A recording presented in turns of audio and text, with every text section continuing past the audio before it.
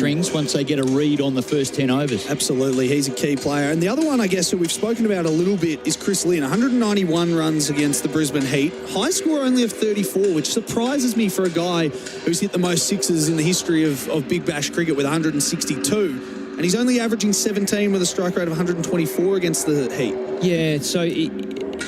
it's an interesting one. Yeah, it probably just hasn't had his best performances in the past, but we know that really doesn't matter on the day. And that'd be certainly what the coaching staff would be saying. Clear that out of your mind and don't worry about what's happened in the past. It's right now that matters. And for both teams, right now does matter because finals are on the line. What's the best way to get him out? Do you start with spin and hope that you can skid one on or spin one past him, or is it just all-out attack? Well, what we do know is that restricts him a bit, and that is, and particularly early, that's a bit of the kryptonite. So that's how I would approach it. Yeah, most definitely. He's a tough one to bowl to. I mean, as I said to Phil Salt a little bit earlier, you give him a little bit of width, you give him an inch, he will take that mile. Yeah, he will, and so quick. We know that arc that he's got. If it's bowled into him at stump height, he is going to launch that big time. But spin has just quietened him down. And he's probably been a bit more subdued this time. He wants to bat for a bit longer. And it's probably got to do with the fact that the power play isn't 6 overs anymore. It's just 4 overs. So it's better to get through that and continue to bat for much longer rather than just put it all in and be one of the Bash brothers at the top of the order and really just go hammer and tong for those first 36 balls. Let's keep going on Chris Lynn for a moment. 300 runs this season. Now, I must say, from watching him, I guess, from afar, I haven't noticed that he's had as dominant a season, but when you look at that, you look at 300 runs this year, it's pretty impressive still. Yeah, it is, yeah. And as I said, he's been a bit more subdued. He hasn't just been all-out attack and all-out boundary hitting. He's worked the ball around and he's been pretty sensible and smart. And at times he's really hopped into some deliveries. He had a massive 6 straight down the ground at Marvel Stadium the other night against the Scorchers, and his clean hitting is there.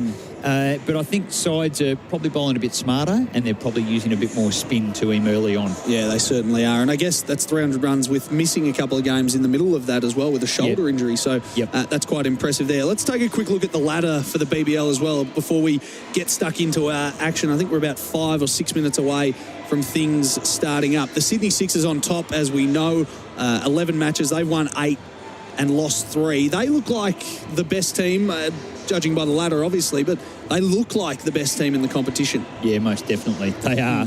And they're really astute. One of the things that, and I've said it a few times on Big Bash Nation, but their ability to go and pick up someone like Dan Christian, Greg Shippard would have been rubbing his hands together going, how is this guy on the shelf? How is he available? We'll have you.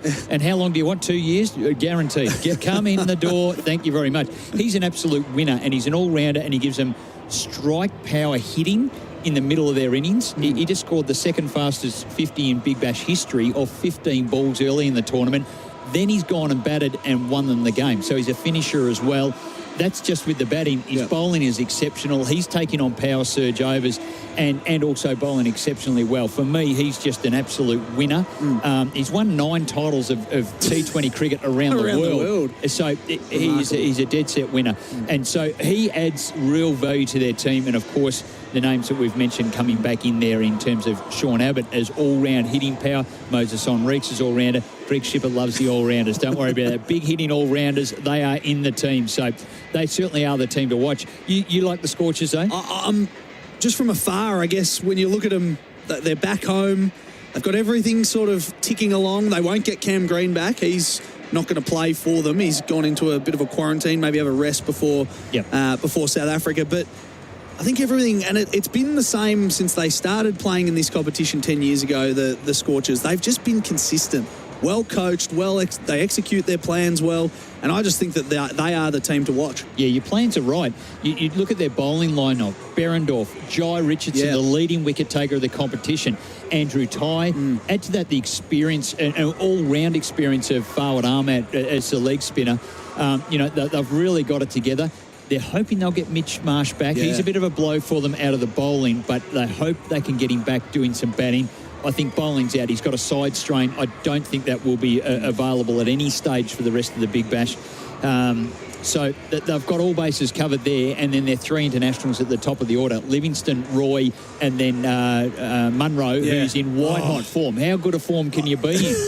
He is just flying at the moment. He's just scoring 50s for fun. I think 4 of his last 5 knocks have been 50s. So, there's no weaknesses in that side. No, there's not at all. Yeah. Not at all. Yeah. And so they're right in there. They're one of the big heavyweights of the competition, and they're right there standing up where it matters in second place. And they have for so long. I think they won back-to-back titles. Did they win 3 in a row? I can't remember, going back a little while now. We'll look into that. We will look into that. But they definitely won back-to-back, and then they've been around the mark ever since. So they're second on the ladder. There's a bit of a gap between the Sixers and the Scorchers, a game in it, and then it really just tightens up nicely. The Stars, the Thunder, the Hurricanes, the Heat and the Strikers all can just move up and down, and that's why tonight is so crucial for the 6th and the 7th place teams in the Heat and the Strikers. Anyone there that you expected a better year from? Well, I guess it's a long tournament. There's 14 games, and teams go through some waves at times. Some started slow. The Scorchers, we thought, they're going to go. There was talk for Adam Voges to get flicked. Can you believe it? Now they're second on the table. Extraordinary. So there's so many things that go on. Yeah. Look, after tonight's game, the Heat could jump. If they get all 4 points, they'll be in second spot at the end of tonight. That's what they're playing for. Doesn't matter that they're in 6th now. Irrelevant. Yep. They can go to second. The Strikers can get up there as well. They're just 1 point behind the Heat. They can get up and equal all those teams, which is the Scorchers and Stars, on 24 points. It's a huge game. It will shape the finals, and the winner here gives themselves every opportunity to get up in the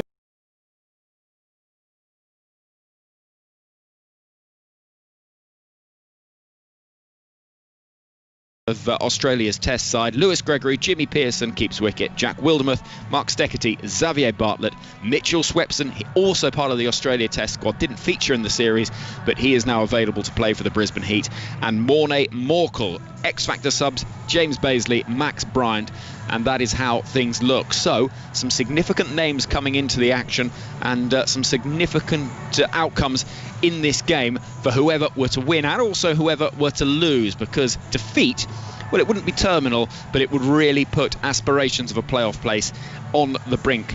Both sides lost their last game against the Scorchers in the case of the Heat, and for the Adelaide Strikers, they were beaten by the Melbourne Stars. There is real pressure on these sides, and Kevin Howells will be with us shortly. Michael Carberry is part of our team as well, and we shall look forward to what should be a fascinating few hours here on 5 Live Sports Extra. 2 batsmen for the Adelaide Strikers are making their way out onto the middle. The 2 openers will be looking to get them off to a quick start. And will the shuffles in the sides pay dividends? That's the question, because there is that onus from victory. There is also the pressure of those players that have been in a test bubble to come in and immediately hit the ground running in a completely different format. In the case of somebody like Mitch Swepson, you're coming into a side immediately looking to play cricket when you've not played any front-line cricket for quite a while, because he's been part of the test bubble without actually featuring. So clearly the decision has been made that he's enough of a quality bowler to come into the Brisbane Heat side and just give them a little bit more balance in terms of their spin bowling department. That's the way things lie. The 2 openers out in the middle, the Brisbane Heat batsmen, Brisbane Heat fielders, I should say, are following them, and I'm delighted to say it is a very good morning to Michael Carberry, former Perth Scorchers tournament winner in 2015, England Test batsman. And Carbs, you look at the back end of a tournament, both sides 3 games left, and you've got a situation where defeat would be highly problematic. Is this a sort of environment you would love as a player, or you think, oh, this could get a little bit awkward? Personally, I used to enjoy it, because I think it kind of clears the mind. You know that really every game you've got to treat as a final. So I think it can focus the mind in terms of from a playing point of view. You know, you can't afford any mistakes, and it can sort of bring out that positivity in terms of, you know, just go out basic, go out there. You know, you just have to go out and play winning cricket, go out and play a positive brand of cricket, get on the front foot as early as you can. Be positive and proactive in your decision making. That's what I like. See, that's the winner's attitude for you. You embrace this sort of situation. Like, yeah, I think you have to. Yeah, I think you have to. If you know you tiptoe in, you get marched out almost. So I think T20 and T20 cricket is that kind of game where you have to try and get on the front foot really early in the piece, get on top of your opponent very, very quickly. The two leading run scorers for the Strikers are opening the batting. Carey, who has scored 280 runs so far in the competition at an average of 31, and Weatherald 254 runs at an average of 28. Xavier Bartlett, who's actually subbed out in the last game, but starts the bowling in this, running in, charging in, and bowling a ball very wide outside the off stump, so wide that it is signalled as such, and the Strikers up and running, one without loss. Bartlett opening the bowling, a bit of pace first up. And the other significant shift in this game, if you like, other than the high pressure, is the return of those test players, the likes of Marnus Labuschagne into the Brisbane Heat side. Quite hard to change gear, I imagine. Yeah, I mean, it's not easy. Here comes Bartlett, Carey on strike. Oh, a delivery that tails in, finds an inside edge and drops into the leg side with no damage done. But then, you know, this is always my thoughts on genuine batsmen versus you're just sort of modern T20 players. I think modern batsmen are able to adapt to any sort of situation. You look at Marnus Labuschagne, he's very good across all formats. If you look at the best of the world, they're generally the best across all formats. So it's just a little mental shift in terms of, well, you know, I can go out and play with a bit more freedom. Carey is waiting, seeing a full delivery and driving into the offside. He'll feel he's missed out because it's stopped in the covers. Any gap, and flown to the ropes. It is two without loss as they take a single. Yeah, but I think any team, you know, is always stronger on paper with the likes of a Marnus Labuschagne in your squad. He's a, you know, high-class player. He's proved that at the international level. He's really come in as a concussion sub, you would say. I mean, it's a great story, and he's taken to sort of test and international cricket, one-day international cricket, like he's been playing for 10 years. Two without loss. Weatherald on strike for the first time, left-hander at the crease as well. He's looking for the gap in the offside, and he'll find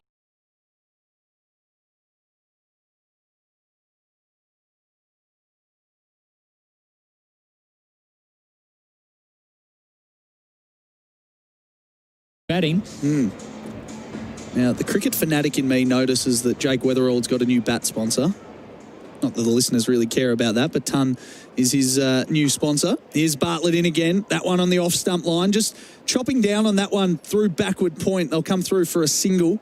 Jake Weatherald moving to 5. Alex Carey to 1. 1 ball to come in the over. The Strikers none for 7. Yeah, the new bat is a ton bat, but Missouri bring those out. Yeah, Missouri with the helmets, and right. They've brought out a whole range of protection gear as well, and using ton to make their branded bats. So Alex Carey used to use that, and then he went back to Kookaburra. Yep. There's another useless fact for you. Last ball of the over. Xavier Bartlett in, defending on the front foot is Alex Carey out to cover. No run. End of the first over. Adelaide Strikers none for 7. SEN Track is the new sound of chasing, pacing and racing. And each Saturday, you're invited to join the Saturday Trackside team. Be part of the banter, the fun and the expert analysis. And of course, there's plenty of tasty horse racing tips. Get your pens, pencils, crayons and have your form guides be ready. With Simon O'Donnell, David Taggart and the Saturday Trackside team. Listen via the SEN app and follow the tips via Twitter at SEN_track. Saturday Trackside. This Saturday from midday on SEN Track. The new sound of chasing, pacing and racing. Back to Big Bash Nation.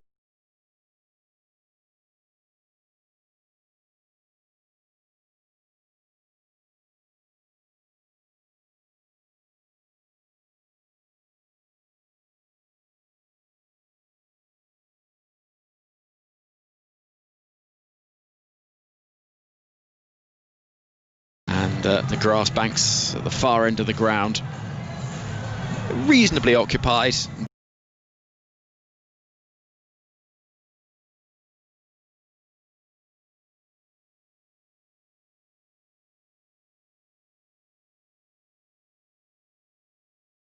Decent crowd in around the ground, and they'll know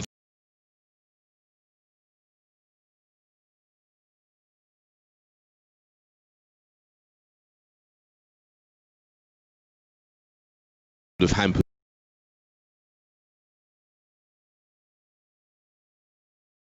them massively. The batters, you know, they've threatened, you'd say, but haven't quite kicked on. So they'll be a little bit disappointed with that, but it's a great opportunity. I mean, they're on home patch, so they've got all the momentum behind them. You think all the crowd support, or what little crowd there is, but they know these conditions well. Their batters are well suited, so it should be a good game. Yeah, it should be. Jack Wildermuth's going to bowl the second over of the game, so see him continuing for the Brisbane Heat. He's shuffling in now, arms pumping. Weatherald waiting. Into the offside it goes, just eased down towards the fielder at deep backward point. 1 run taken, 8 without loss, and this game up and running.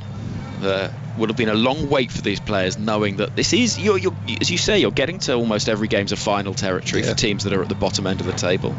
Yeah, certainly. Yeah, which, as I say, it can inspire or it can scare you. I think for me it gives you that ultimate clarity in terms of, as a squad, you know what you need to do. There's no sort of second guessing now. It's about trying to win the game, play positive cricket. Round the wicket now comes Wildermuth to bowl to Carey, who's chasing a wide ball that flies through to Pearson, not far from the outside edge. And an accusing look at the pitch from Carey, ever the batsman. He says, that can't possibly have been my fault. That must have been, someone must have left a stone there, or, you know, a can of Coke or something. Feet were still in the toilet, I think. It didn't move. You would never have done that though, Cars, if you look at the pitch and say, come on, that's... Unfortunately, I didn't have a surface as good as that to bat on.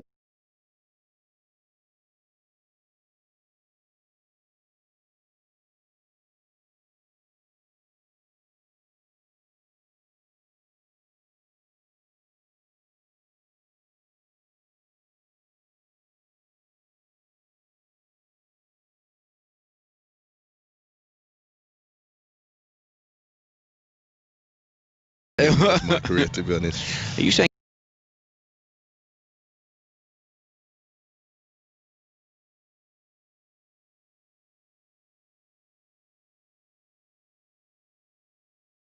It's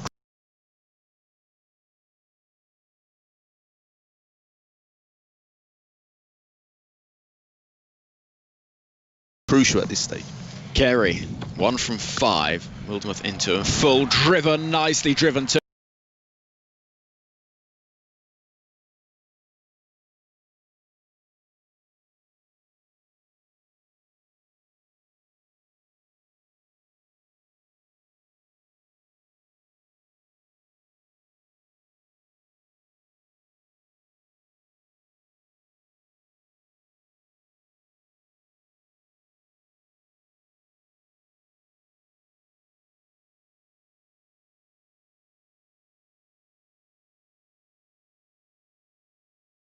Gap in the offside, but a fielder in the form of the captain Lynn picks up in the covers, and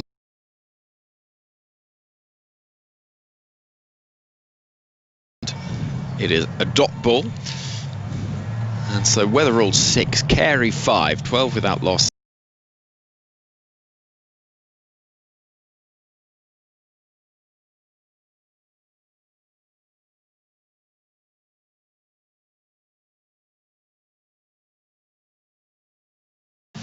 And this is a little bit more aggressive into the leg side. There's protection at deep mid-wicket, and Carey will get 1 to keep the strike. It is 13 without loss, 2.